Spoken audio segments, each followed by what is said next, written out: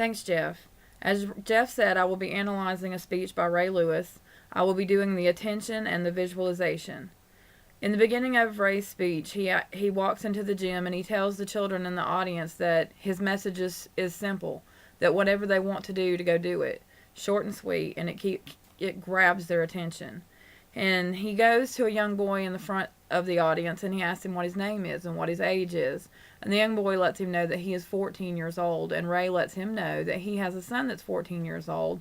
So immediately all the kids are interested in Ray because he has a kid that's their age. And then he starts talking about when he was their age. He talks about his mom and his dad and his brothers, and the fact that his dad was abusive to his mother and he had to get himself and his mom and his brothers out of that situation. And I'm assuming this is an area where that type of family situation might be common, and that's why Ray is there telling them this information. He gave a very emotional testimony throughout the entire speech, but he grabbed the audience's attention in the beginning by telling them that his father was abusive and he had to get himself and his family out of that situation.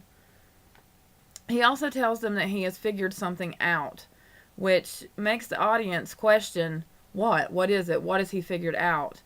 And then he goes on to tell them that the easiest thing that they're ever going to do in their life is to be told what to do.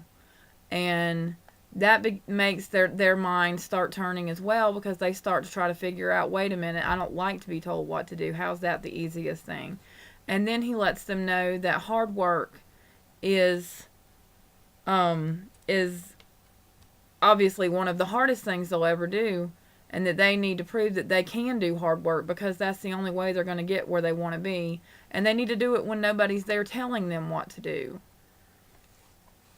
And the visualization part of his speech, again, he uses his personal life, which I believe is a good way to draw the audience in and keep their attention and help them to really get a feel for who you are and why you're telling them what you're telling them.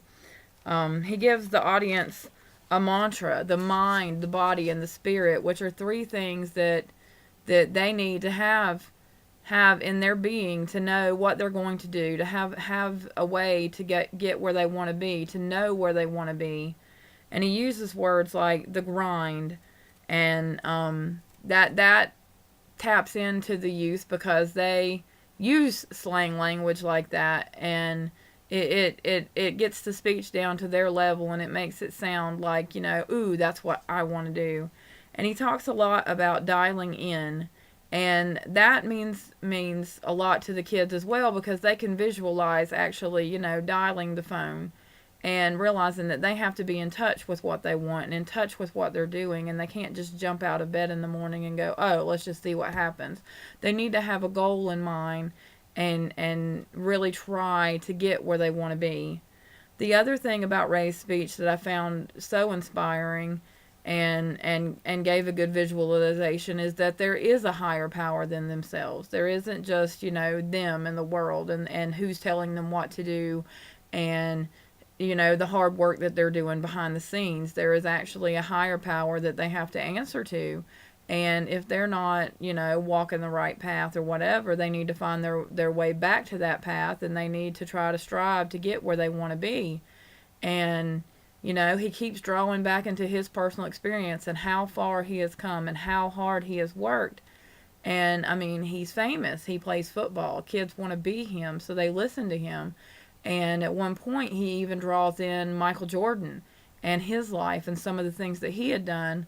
And I thought that was a good way to get to the kids as well, because he knows other famous people. And, if they want to be like Ray Lewis, they have to take some of the stuff that he says to heart.